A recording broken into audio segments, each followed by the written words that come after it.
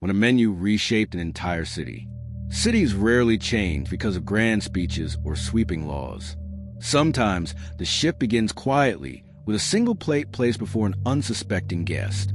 This is a story of how one menu, written in a cramped kitchen, altered the rhythm of an entire metropolis.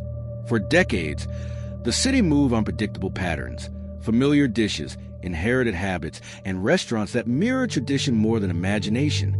People ate what they knew, and chefs cooked what they were taught.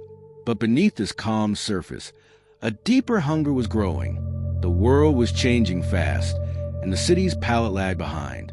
To understand how everything transformed, we must return to the moment a young chef dared to question what a city believed food could be. He stood at the edge of a culinary landscape defined by caution. Every restaurant followed the same formula, offering comfort instead of innovation.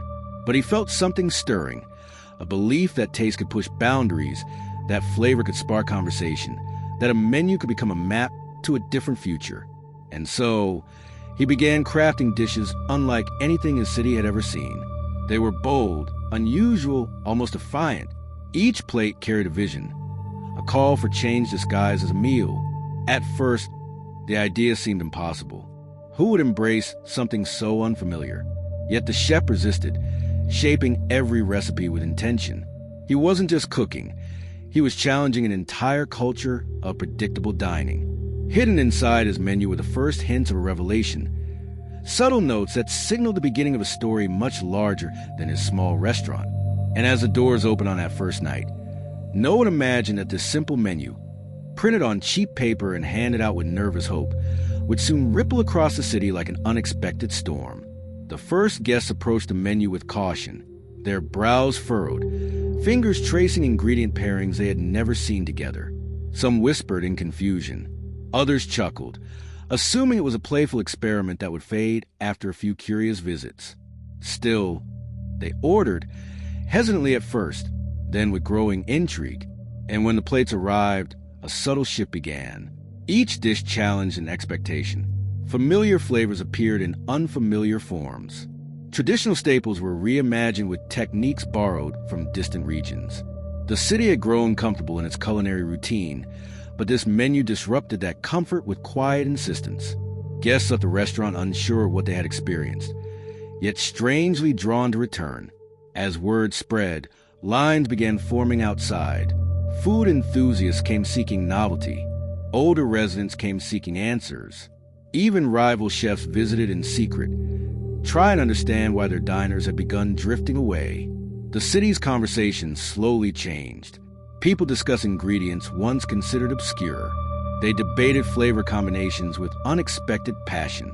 What started as a curiosity was evolving into something deeper, a cultural awakening centered on taste. But this awakening triggered tension. Established restaurants felt threatened. Critics questioned whether the new menu respected the city's heritage.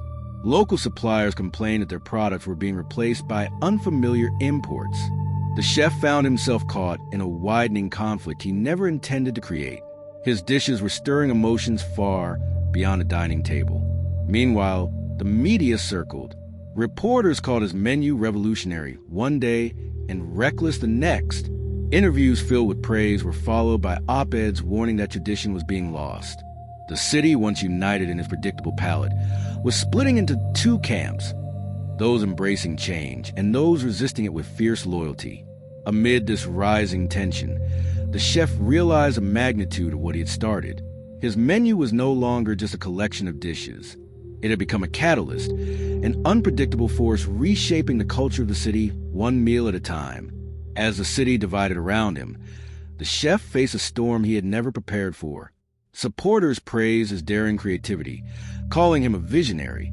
Opponents accused him of dismantling the culinary identity they cherished.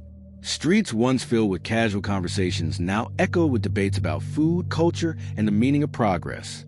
The chef had wanted to inspire curiosity, not conflict, yet the tension only grew sharper with each passing week. Restaurants that once ignored him now rearranged their menus in a frantic attempt to keep pace. Some imitated his dishes, hoping to capture the same spark of excitement. Others doubled down on tradition, refusing to yield even a single ingredient.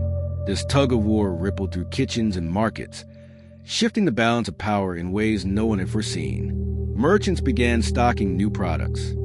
Farmers reconsidered what they grew.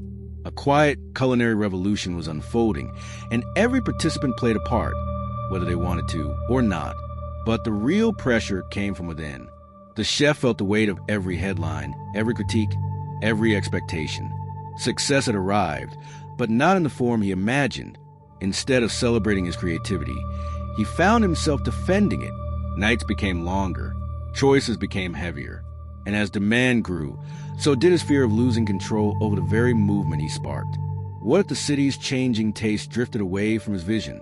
What if the momentum he created evolved into something he no longer recognized? Then came the dinner service that shifted everything. A powerful cultural figure, one whose opinion shaped the city's identity, reserved a table. Their presence carried the weight of judgment. The entire restaurant fell into a charged stillness. As plates left the kitchen, the chef's hands trembled in a way he had never experienced. This guest could either validate the revolution or extinguish it entirely. The meal progressed slowly, every bite a suspenseful beat. At the end of the night, the guest requested to meet the chef.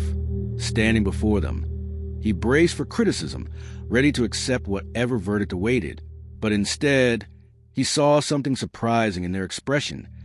Not skepticism, not resistance, but a glimmer of recognition. It was the look of someone who understood what he was trying to build.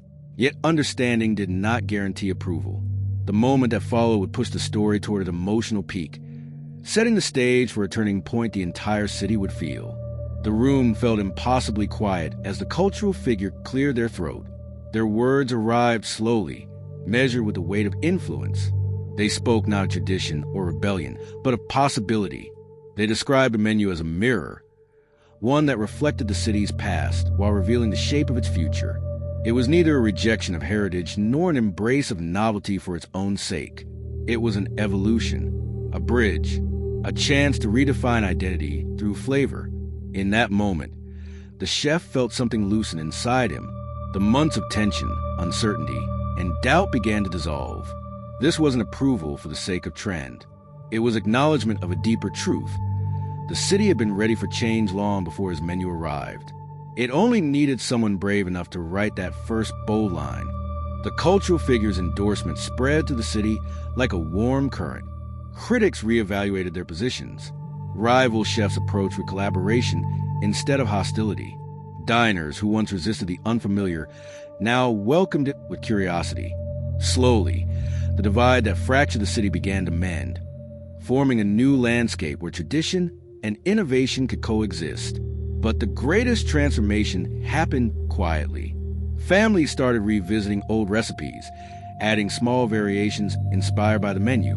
Street vendors experimented with playful combinations. Home cooks shared newfound discoveries with pride. A city that once clung to predictability had begun to breathe again, rediscovering the joy of exploration. The chef realized that menus are more than lists of dishes. They are invitations, gateways into new ways of seeing, tasting, and connecting. His creation had sparked a shift far beyond his kitchen walls. It had encouraged an entire metropolis to reimagine its relationship with food, culture, and itself. What began as a daring idea on a sheet of paper became a story woven into the heartbeat of a city. And with every new menu across its neighborhoods, the legacy of that transformation lived on, reminding everyone that even the smallest change can inspire a revolution. Sometimes the smallest shift in perspective becomes the beginning of a new future.